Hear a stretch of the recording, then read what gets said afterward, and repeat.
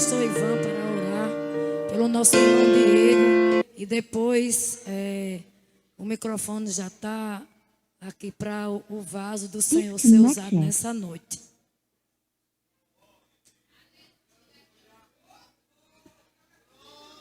Queridos irmãos e irmãs, cumprimento a todos com a paz do Senhor.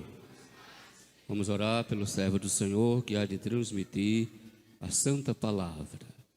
Eterno e soberano Deus, Pai santo e amado, aqui está o teu filho, Senhor, que será o instrumento usado por ti nessa noite, Pai. Derrama da tua unção sobre ele, Senhor. Revela a tua palavra, Senhor. Que o teu nome seja glorificado, ó Deus. Tu sabe e conheces, Senhor, a necessidade de cada um dos teus filhos. É em nome de Jesus que eu te peço e te agradeço. Amém.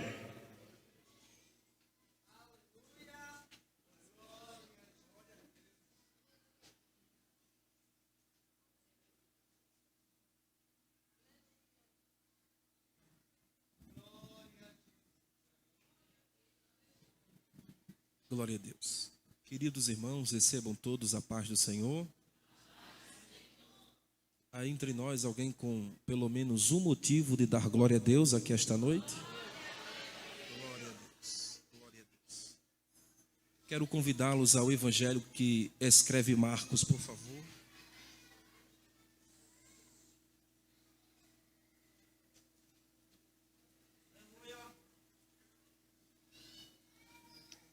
Vamos ao capítulo 16 deste livro.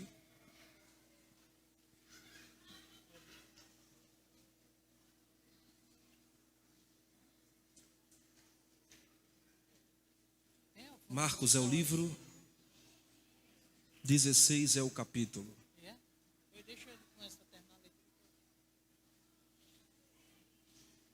Nós leremos alguns versos ainda do capítulo 1 do livro dos Atos dos Apóstolos. Leremos do 1 ao 6 do capítulo 16 por Marcos.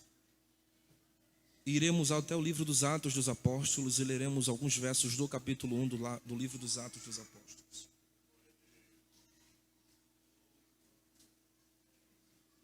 Os que acharam o texto, digam graças a Deus. E passando o sábado, Maria Madalena, Salomé e Maria, mãe de Tiago, compraram aromas para ir e ungí-lo. E no primeiro dia da semana foram ao sepulcro, de manhã cedo ao nascer do sol. E diziam umas às outras: quem nos removerá a pedra da porta do sepulcro? E olhando viram que a pedra já estava removida, e a pedra era muito grande. Entrando elas no sepulcro, viram um jovem assentado à direita, vestido de uma roupa comprida, branca, e ficaram todas elas espantadas. Porém, ele disse-lhes: não vos assusteis, buscai a Jesus o Nazareno, aquele que foi crucificado. Ele não está aqui, pois já ressuscitou. Olhem o lugar onde o puseram. Vamos ao livro dos Atos dos Apóstolos.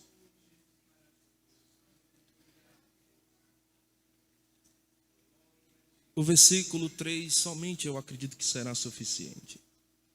Aos quais também Jesus, depois de ter padecido, se apresentou vivo. Se apresentou vivo. Se apresentou como, irmãos? Se apresentou como, irmãos? Com muitas provas infalíveis, sendo visto por eles pelo espaço de 40 dias, falando acerca do reino de Deus. E os que podem e clerem, digam glória a Deus, digam amém. Muito obrigado. Eu tenho diversos amigos aqui, eu tenho uma graça de Deus de retornar já a terceira vez nesta cidade. E eu tenho feito boas amizades, tenho desfrutado de boas amizades, mas eu não quero citar nomes aqui, porque são alguns, e tenho certeza e convicção que se eu fosse tentar numerar aqui, nomear, eu esqueceria de pelo menos um ou dois. Então, para que esses não fiquem tristes e deixem de me seguir lá no Instagram, eu não vou citar os nomes, e de uma forma geral eu vou louvar a Deus pela vida de todos. Amém? Mas quero fazer menção do nome do pastor Antônio Bernardino, que eu peguei o primeiro nome, sabia só o segundo, Bernardino. Deus abençoe, tá? Eu disse no ouvido dele ali, grande foi e muitos foram os buracos que tentaram nos impedir de chegar nesse lugar. Mas Deus é bom, diga amém por isso. Amém. Deus abençoe os obreiros, os irmãos, de forma geral. Minha família me acompanha, acredito que Fernanda está ali na correria com Samuel e com a Rebeca. Queridos, nós fizemos menção de um texto extraordinário. Eu queria ter um pouco mais de tempo e entendo que nós estamos diante de uma festividade e quero também parabenizá-los pelo 25º aniversário. Mas eu não poderia deixar de ser fiel àquilo que Deus propôs ao meu coração desde o primeiro dia que recebi o convite para estar com vocês. O profeta Isaías, no capítulo 53, se você ainda tiver com sua Bíblia aberta, eu queria que você folheasse ela e fôssemos ao 53 do livro do profeta Isaías. Isaías, tomado pelo Espírito de Deus, profetizou a biografia de Jesus de forma antecipada. E olha o que Isaías diz no capítulo 53. Quem deu crédito à nossa pregação? E a quem se manifestou o braço do Senhor? Porque foi subindo como renovo perante ele e como raiz de uma terra seca. Não tinha parecer nem formosura, e olhando nós para ele, nenhuma beleza víamos para que ele pudesse nos trazer desejo. Era desprezado e o mais indigno entre os homens, homens de dores, experimentados nos trabalhos. Como um de quem os homens escondiam o rosto, era desprezado, e não tínhamos dele caso algum. Verdadeiramente ele tomou sobre si as nossas enfermidades, e as nossas dores levou sobre si. A nós o reputamos por aflito, ferido de Deus e oprimido. Mas ele foi ferido pelas nossas transgressões. Mas ele foi ferido pelas nossas transgressões e moído pelas nossas iniquidades. O castigo que nos traz a paz estava sobre ele, e pelas suas pisaduras fomos sarados. Olha o versículo 10 agora. Todavia, ao Senhor Deus agradou moê-lo, fazendo-o enfermar. Quando a sua alma se puser por expiação do pecado, verá a sua posteridade, prolongará os dias, e o prazer do Senhor prosperará na sua mão. Após 750 anos desta profecia que Deus inflama o coração do profeta Isaías, Jesus na aldeia que nós conhecemos como Nazaré. Chamamos de aldeia porque de fato era muito pequeno. Acredita-se pela grande maioria dos historiadores que não passavam-se de 300 habitantes. Jesus nasce nesta aldeia e cresce como toda criança judia. Pouco se sabe sobre a infância e o crescimento de Jesus. A verdade é que nós temos algumas indagações de livros apócrifos, livros extra-bíblicos que não valem nem dar crédito a eles. Mas o que nós sabemos é que pelo costume dos judeus, Jesus cresceu como toda criança judia. Isto é, se dava pelo menos em duas fases. Eu disse duas fases. Quantas fases eu disse, irmãos? Duas fases. A primeira fase se dava do primeiro ano, de 1 ano aos 5 anos de idade. Dentre esses 5 anos de idade, toda criança judia tinha que memorizar todos os 5 primeiros livros, que nós conhecemos como Pentateuco. A segunda parte, ou a segunda fase da criança judia, se dava quando ela completava os seus 10 anos de idade. Quando ela completava os seus 10 anos de idade, ela passava também a ser instruída agora a memorizar tantos livros poéticos, proféticos e históricos. Aos 14 anos de idade se dava a fase mais importante, que era uma conjunção com essa segunda fase. Aos 14 anos a criança teria uma grande responsabilidade, pois para o judeu, com os seus 14 anos, o menino ele já era responsável para assumir algumas responsabilidades. Dentre estas, escolher seguir servindo diante de um mestre e aprendendo diante de um mestre, como também escolher seguir e aprender a profissão de seu pai. Como nós todos sabemos aqui, Jesus ele decidiu por então seguir e aprender a profissão de seu pai José. Jesus cresce sendo um carpinteiro aos pés de seu pai. É válido afirmar aos irmãos que Jesus cresceu trabalhando como um carpinteiro, trabalhando com prego, martelo e madeira, os materiais da sua própria crucificação. Jesus, quando completa os seus 30 anos de idade, ele pede baixa na sua carteira ao seu pai. Ele desce agora para o Rio Jordão, e no Rio Jordão ele é batizado pelo seu primo João Batista. Quando Jesus é batizado no Rio Jordão pelo seu primo João Batista, dá-se início ao ministério extraordinário de Jesus. Jesus decidiu residir em Cafarnaum. Cafarnaum foi o seu ponto central, o ponto específico ou central do seu ministério. Logo quando Jesus decidiu residir e fazer fixação do seu ministério em Cafarnaum, de forma muito rápida começou as perseguições ao seu ministério. Jesus foi perseguido pela cúpula judaica. Quem está comigo ainda, diga amém. Jesus foi perseguido pela cúpula judaica. Irmão Diego, quem é a cúpula judaica ou quem foi a cúpula judaica? A cúpula judaica era uma classe de 3 pessoas que eram distintas, mas viviam interligadas entre si. Eram os conhecidos como escribas ou copistas da lei, também aqueles que eram conhecidos como anciões, homens dotados de maturidade de caráter, que tinham facilidade em dar conselhos, como também aqueles que nós conhecemos como os fariseus, que eram responsáveis na época por mais de 60% do quesito religião.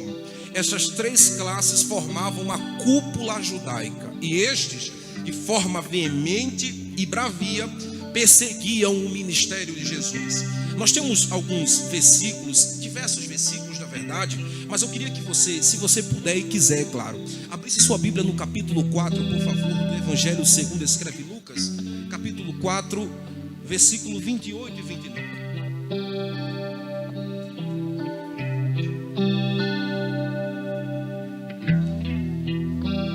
E todos na sinagoga, 4, 28 e 29. E todos na sinagoga, ouvindo estas palavras, se encheram de ira, e levando-o da cidade, o puseram alto de um cume que estava edificado no alto da cidade, para o dali, o precipitarem, algumas versões diz, o matarem. Ainda que você esteja folheando, mas já vamos ao capítulo 12 do Evangelho por Mateus agora, por favor. Capítulo 12 do Evangelho por Mateus, versículo 14. Eu vou adiantar para ler para os irmãos. E os fariseus, tendo saído, tomaram conselho. Isso aqui é uma conspiração contra o ministério de Jesus. Mateus capítulo 12, versículo 14. E os fariseus, tendo saído, tomaram conselho para contra ele também o matarem. Agora eu faço questão, por favor, me acompanhe ao Evangelho segundo João, capítulo 11, por favor.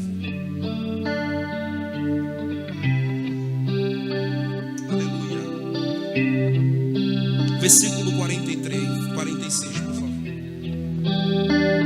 Mas alguns deles foram a ter com os fariseus e disseram-lhes o que Jesus tinha feito. Depois os principais dos sacerdotes e fariseus tomaram conselho e diziam: o que faremos, porque este homem faz muitos sinais? Se o deixarmos assim, todos crerão nele, e virão os romanos e tirarão-nos o nosso lugar e a nossa nação. E Caifás, qual é o nome dele, irmãos? Que era o sumo sacerdote naquele ano, lhes disse: vós nada sabeis, nem considerais que nos convém que um homem morra pelo povo, glória, e que não pereça toda a nação.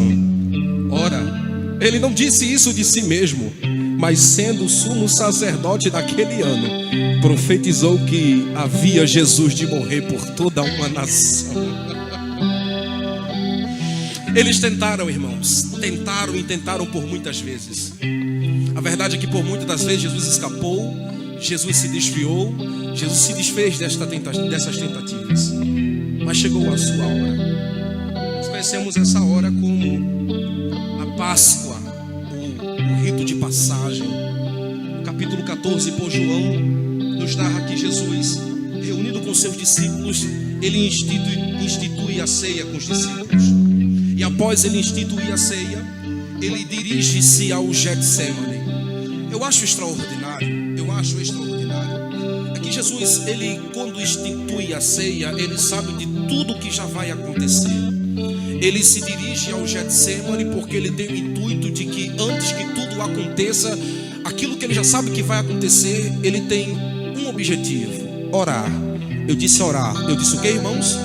Mas antes que ele parta para o Getsemane, não sou eu, é o texto quem diz, é a Bíblia quem diz. O texto diz que Jesus cantou um hino. Jesus vai passar por uma dor indescritível, vai passar pelo momento de solidão. Não sou eu, é o escritor quem diz que todos o deixaram e o abandonaram. Mas antes de tudo isso, Jesus cantou um hino. Aleluia. Eu queria que você me ajudasse a pregar. O tempo já é corrido, eu preciso pregar. Diga para alguém: está difícil, está complicado, respire, cante um hino. Cante um louvor a Deus. Nos dias mais difíceis, que o Espírito Santo encha o seu pulmão de sabedoria e de graça para entoar um louvor a Ele. Quantos podem dizer um amém, um glória a Deus aqui esta noite? Ele é movido ao Getsemane. Jesus chega ao Getsemane e ele pede aos seus discípulos que orem com ele. A verdade é que os seus discípulos não conseguem porque o inferno estava em movimento. O inferno ativou a operação Céu de Bronze. Quem nunca aqui orou e já se encontrou ajoelhado na sua cama, dormindo e não orando? Porque nas vezes que oramos, ou muitas das vezes que oramos, parece que o céu não nos ouve ou não nos responde. De fato, o céu estava em guerra com o inferno em guerra com o céu. E quem diz isso não sou eu, é o próprio escritor. A verdade é que Jesus é preso no Getsemane. E do Getsemane ele é conduzido à casa do sumo sacerdote. Na casa do sumo sacerdote, Jesus é interrogado. Eu acho extraordinário porque na interrogação de Jesus acontecem algumas coisas que eu preciso destacar aqui e correrei para encerrar. Pedro segue Jesus e juntamente com Pedro segue o apóstolo João. João faz questão de adentrar a casa do sumo sacerdote.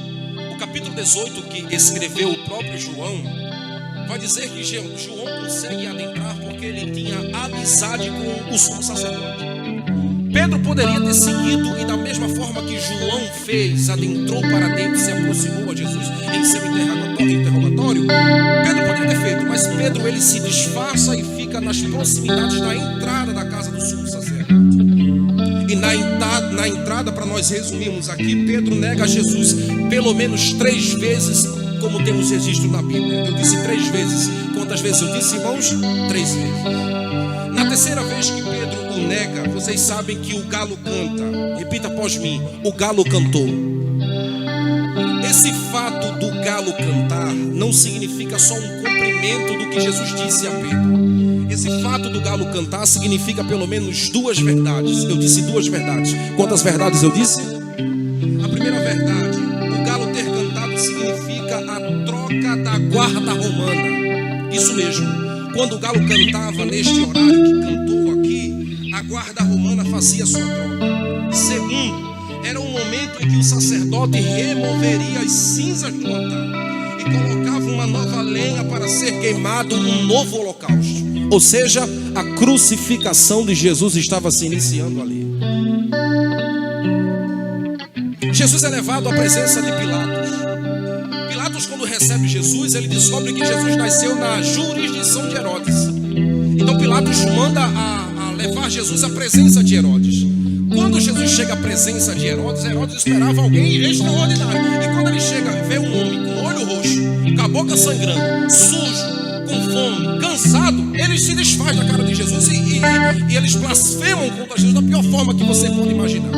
Eles revestem Jesus com uma púrpura, com um vestimento com brilho e mandam de volta para Pilatos. E nesta ida e vinda de Jesus de Pilatos para Herodes e de Herodes para Pilatos, Lucas diz que eles voltaram a ser amigos porque antes tinham inimizade. Quando Jesus retorna a Pilatos, Pilatos não quer matar Jesus, irmãos. Eu vou já chegar aqui. Pilatos não quer matar Jesus, porque o açoite aqui não faz parte da crucificação.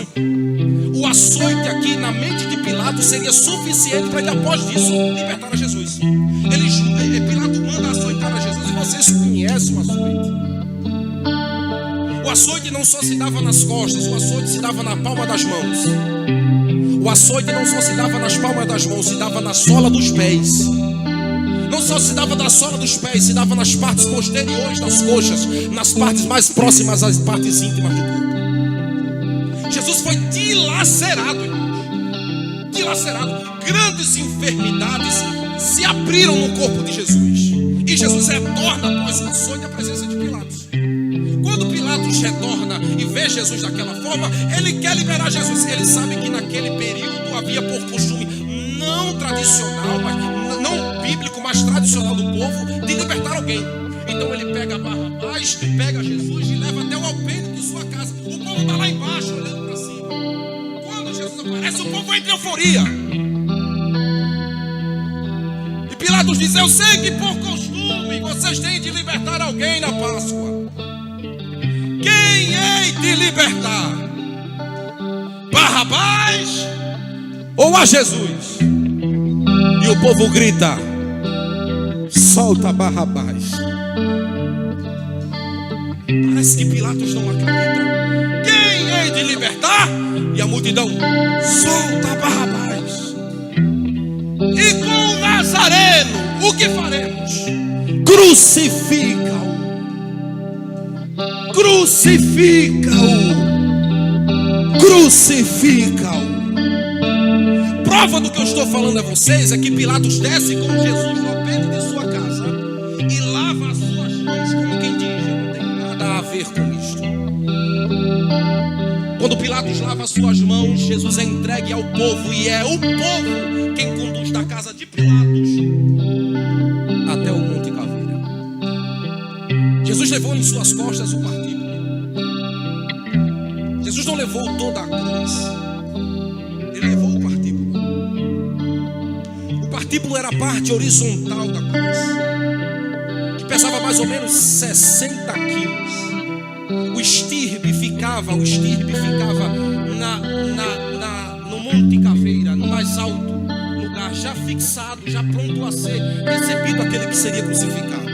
O estirpe é a parte vertical, a parte vertical era amarrada nas mãos e colocada nas costas do condenado. O condenado caminhava do seu lugar de condenação até o Monte Caveira ou Monte Gólgota. Jesus andou da casa de Pilatos até o Monte Caveira, que eram mais ou menos de 40 a 1 hora de caminhada, isto com uma pessoa com uma saúde estável. E Jesus, que estava todo machucado, acredita-se que ele durou mais ou menos 2 horas para chegar até lá. E todo o caminho Jesus, ele estava fraco. Ele estava horas e horas sem beber água. Ele estava com fome, ele estava com sede. Ele estava sem forças. Mas ele estava sem forças, que ele caiu no meio do caminho. E quando Jesus caiu, impeliram um certo Simão de Cirene, ou Simão Cirineu, para ajudar até o Monte Gólgota. Porque nas horas mais difíceis sempre haverá um auxílio do Espírito Santo às nossas. Pegue na mão de alguém e diga para alguém: não desista. Não desista, não largue a sua cruz. Diga para alguém. Porque nos momentos mais difíceis o Espírito Santo nos fortalece e nos fará chegarmos ao lugar de eternidade.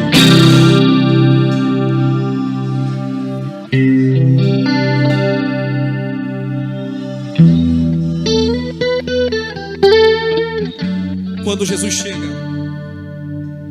ele é crucificado.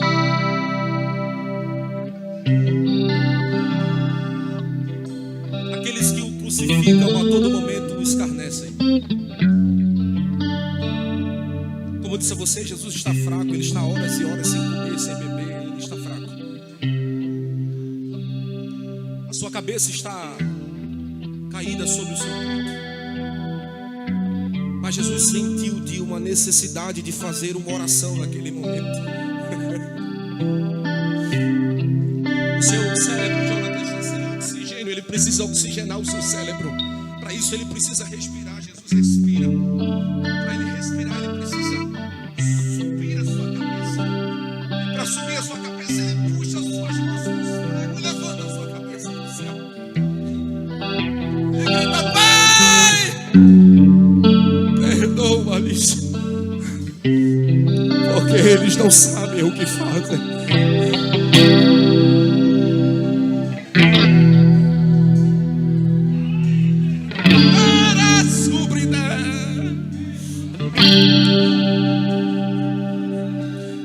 Aos pés da cruz estão várias testemunhas.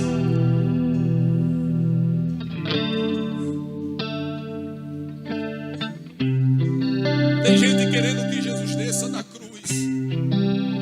Tem alguém pedindo para que alguém faça alguma coisa. Se já estivesse lá, sua filha: Pai, ele ressuscitou-me, tira ele de lá. Se Lázaro estivesse lá, estivesse olhando, Lázaro queria tirar Jesus, mas não podia. Na verdade, ninguém poderia tirar.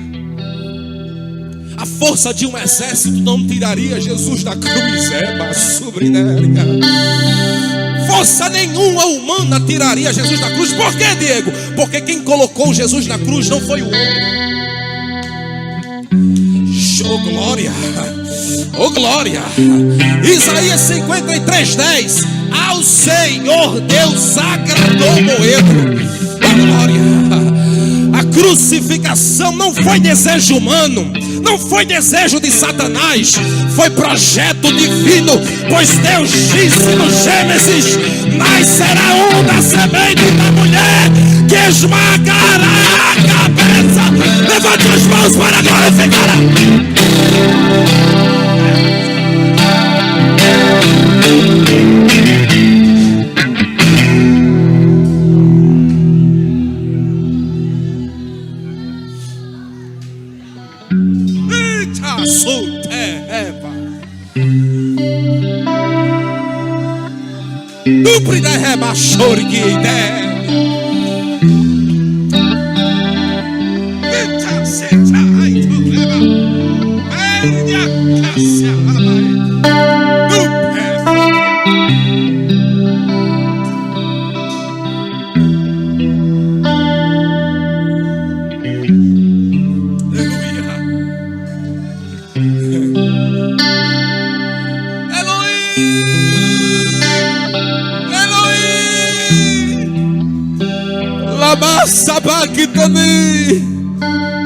Meu Deus, Deus meu,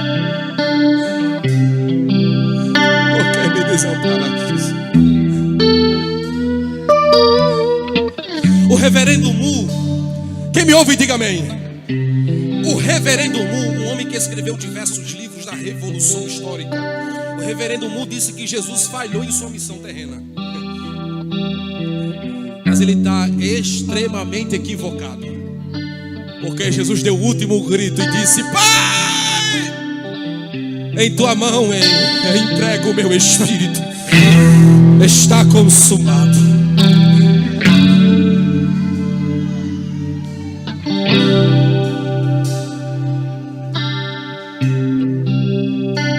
Jesus morre, e não é a morte quem mata Jesus. Jesus entrega a sua vida. A morte não tocou um dedo em Jesus. Jesus deu a sua vida. Quando Jesus morre, José de Arimateia era um homem que seguia de forma discreta o ministério de Jesus. Acredita-se que José de Arimateia era companheiro de Nicodemos. E José de Arimateia não aparece conforme João nos descreve no capítulo 3, junto com Nicodemos, mas ele aparece no capítulo 16, no capítulo 15 por Marcos. E José de Arimateia pede o corpo de Jesus para sepultar. Pilatos assim permite. Jesus é levado ao sepulcro, é posto no sepulcro, e uma pedra que serve como um chancelo, como um lacre, é posta sobre esta pedra. Os discípulos, por sua vez, estão aterrorizados. Resumindo, os discípulos estão com medo. Estão com o quê, irmãos? Medo. Mas sabe quem é que não estava com medo? As mulheres. As mulheres acompanharam a crucificação, acompanharam o sepultamento, porque elas viram a pedra sendo chancelada e colocada no sepulcro. Isso no sábado. Isso na sexta, perdão. Ele morre na sexta, ele é sepultado. Elas viram o sepultamento. Do sábado para o domingo, elas decidem ir lá. Isso é costume dos judeus. Na mente delas, elas têm uma última homenagem a prestar a Jesus. Elas compram especiarias aromáticas e vão juntas se balsamar e perfumar o corpo de Jesus pela última vez em suas mentes. No meio do percurso, aí vem a prova, como elas viram o sepultamento. No meio do percurso, elas começam a se perguntar entre si: quem nos removerá a pedra da sepultura? Aí o escritor Marcos diz assim, ó: pois a pedra era muito grande. Repita após mim: muito grande. O que quer dizer isso? É como se elas dissessem umas às outras: rapaz, a gente viu o tamanho da pedra, a gente é muita, a gente não tem como remover. Olha Maria, se a gente juntar eu, tu, Salomé, a gente tudinho aqui, a gente não remove essa pedra não. Aí elas estão se perguntando: quem é que vai remover a pedra? Quem é que vai remover? E se tu não der glória a Deus com isso aqui, eu vou ficar triste agora. Quem é que vai remover? Quem vai remover a pedra? Não é Diego, é o texto. Se fosse Diego, era fraco demais, mas é o texto. Quando elas chegaram no sepulcro, a pedra já estava removida. Já estava removida. Já estava removida. Já estava removida.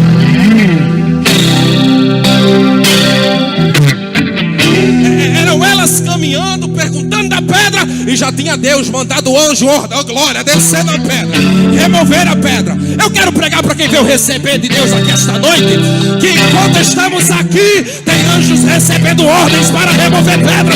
Quem dá para Deus para esta palavra que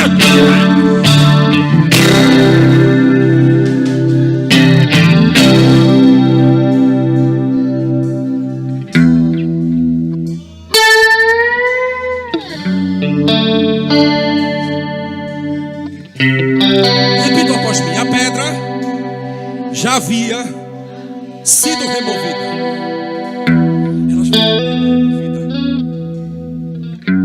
Elas Elas se assustam e correm para dentro do sepulcro. Quando elas chegam, vê um jovem sentado de vestimentas brancas. O anjo sabe a intenção do coração, irmãos, jovens. O anjo sabe a intenção do nosso coração. Porque se tu veio aqui só atrás daquele crush, não, se tu veio aqui só atrás daquela varoa, tu não vai receber nada. Agora o anjo sabe: viestes buscar a Jesus aqui.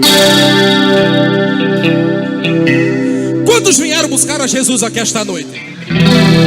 Levante as mãos assim que eu preciso profetizar para você.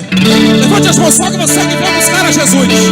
Acabando este culto, acabando esta reunião, vai cada um para suas casas e Jesus para casa. E todo mundo.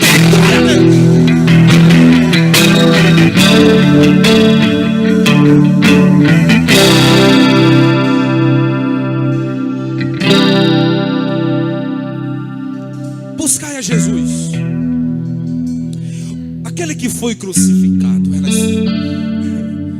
Ele não está aqui.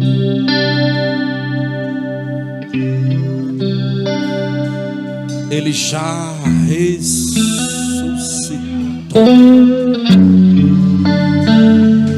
Aleluia.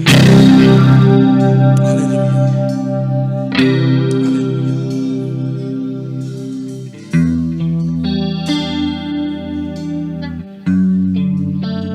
Não me tenham por maluco, não me tenham por menino, por imaturo, mas é uma conjectura, é um pensamento meu, é coisa de pregador meu doido. Eu me imagino em um podcast, e neste podcast eu tenho uma apostila, eu tenho várias perguntas para interrogar o meu primeiro convidado.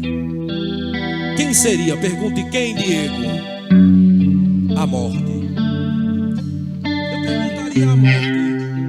Morte, eu gostaria de saber onde é que está o rei do pop, o famoso Michael Jackson.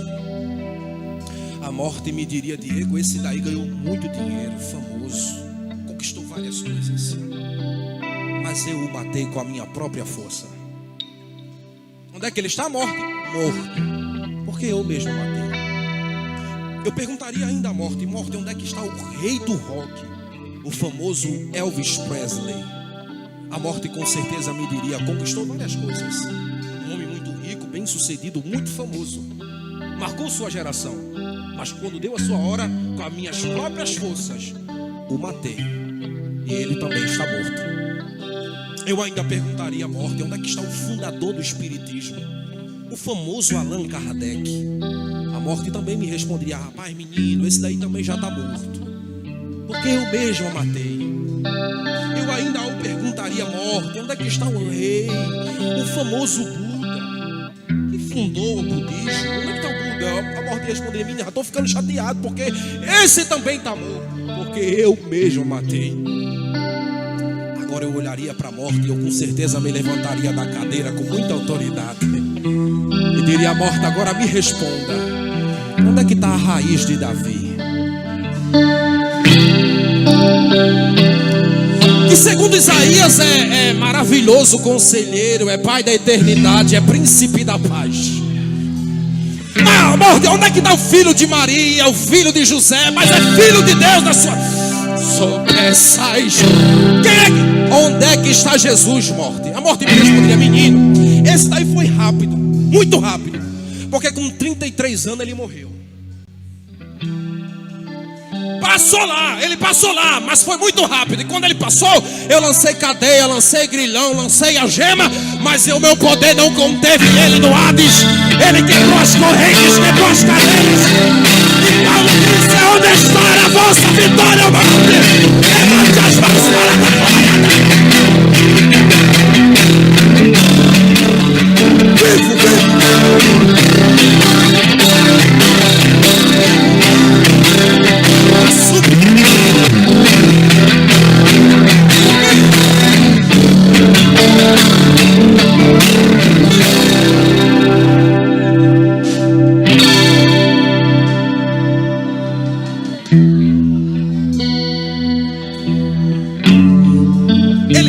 Ele não só ressuscitou, ele se apresentou vivo. Se apresentou como, irmãos? Quem está me ouvindo, diga amém. Vocês já pararam para pensar se Jesus, mesmo tendo ressuscitado, ele não se apresenta vivo aos discípulos em Atos dos Apóstolos, capítulo 1? Porque se ele não se apresenta vivo aos discípulos em Atos dos Apóstolos, capítulo 1, ele não teria feito a promessa aos discípulos ficar em Jerusalém até que do alto sejais revestidos de poder. Se ele não se apresenta vivo em Atos dos Apóstolos, capítulo 1, não faz essa promessa, não haveria o capítulo 2, o derramamento do Espírito Santo. Se Jesus não se apresenta vivo em Atos 1, não promete aos discípulos o derramamento do Espírito Santo, não há cumprimento no capítulo 2 dessa promessa, o derramamento do Espírito Santo. Pedro não se levantaria com muita autoridade pregando, e na sua primeira pregação 3.000 almas se convertendo a Jesus. Se Jesus não se apresenta vivo, não há derramamento do Espírito Santo, Pedro não prega, não há perseguição na igreja. E se não há perseguição na igreja, não se levanta Saulo de Tarso, um dos maiores perseguidores da época da igreja. E se Saulo, que nós conhecemos como Paulo, não persegue a igreja, ele não teria ido no caminho de Damasco perseguindo a igreja. Se ele não vai pelo caminho de Damasco perseguindo a igreja, ele não se encontra com Jesus, não cai do cavalo no encontro com Jesus. E se ele não cai do cavalo, ele não se converte. Se ele não converte, ele não escreve carta. Se ele não escreve carta, ele não escreveria Romanos. E se ele não escrevesse Romanos, porque Jesus não se apresentou vivo, ele não teria escrevido Romanos capítulo 1, verso 17: o justo viverá da fé. Se ele não escreve isto, Martinho Lutero não teria lido Romanos capítulo 1, versículo 17. E se Martinho Lutero não lê Romanos 1 capítulo 1, versículo 17, não teria inflamado dele o desejo da reforma protestante. E se ele não é movido pelo Espírito Santo a reforma da protestante, não haveria igreja evangélica, não haveria Assembleia de Deus. E se não fosse Assembleia de Deus, não haveríamos nesse templo maravilhoso e nem o 25º aniversário desse conjunto. Mas para vergonha do inferno, para derrota de Satanás, fez o 25º. Tem Assembleia de Deus, tem igreja no Brasil, porque Ele é Jesus. Levante as mãos, você que reconhece, está feliz com esta verdade. Ele está vivo, está entre nós, está vivo, está entre nós, está vivo entre nós.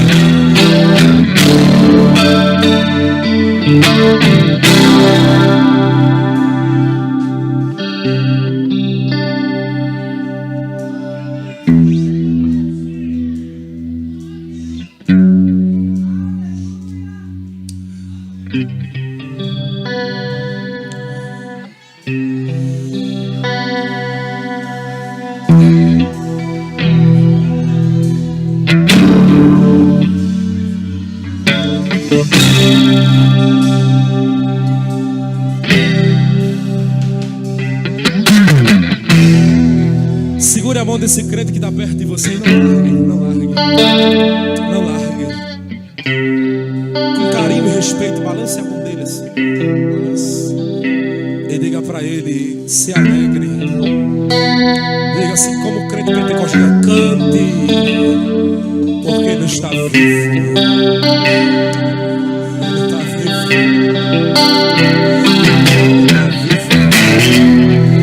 Ele está vivo. Ele está vivo. Ele está vivo. Ele está vivo.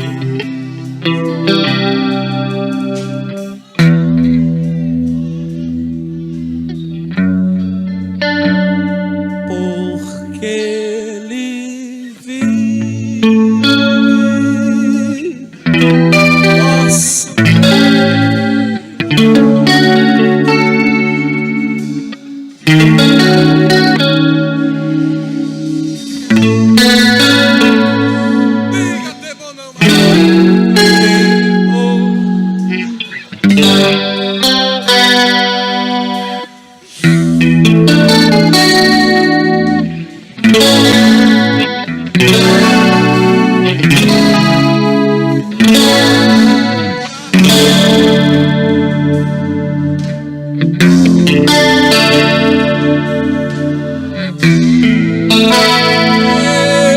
Jesus,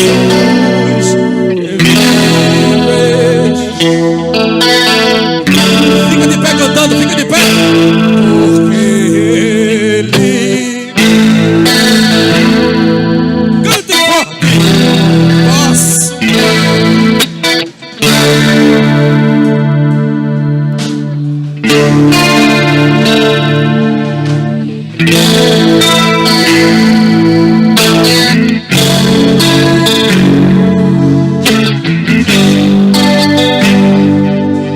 Eu venci.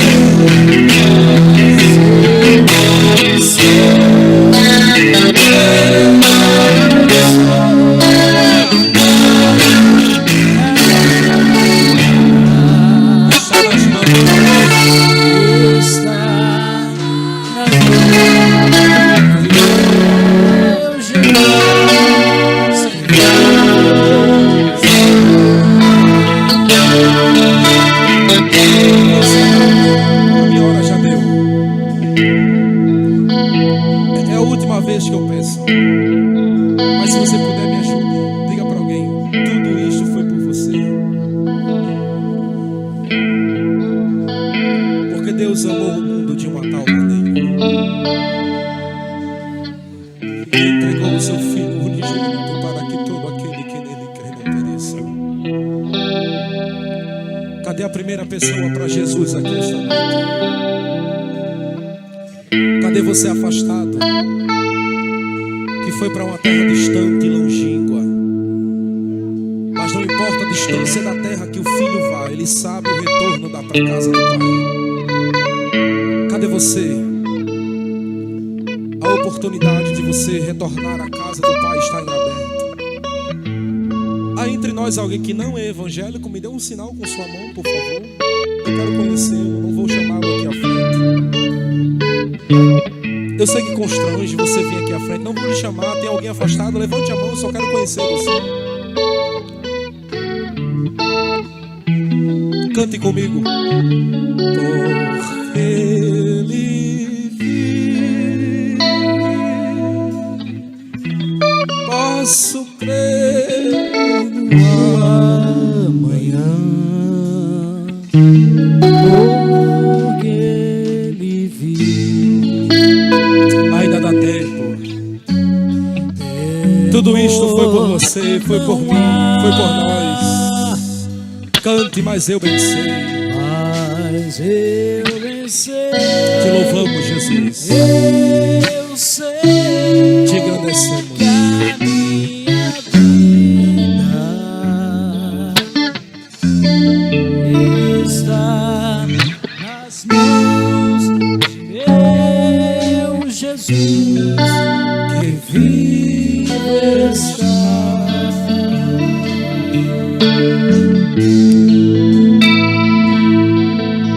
Glória a Deus por tudo. Eu preciso louvar também a Deus pela vida da irmã minha que fez o convite. Louva a Deus pela vida dela. O que ela falou aqui é muito verdadeiro. Eu sei da luta. A farda não agrada, a gravata não fica legal. Falta um, não vem outro. Alguém cancela, deixa de vir. É complicado, é terrível. Mas que bom que Deus ainda tem os seus de punho forte. E mesmo que a gente diga a Deus, eu não posso mais, ano que vem não faço, Deus sopra um vento, dá força e recurso, e tudo dá certo para a glória do nome dele. Quantos podem adorar ao nome de Jesus dizendo um glória a Deus?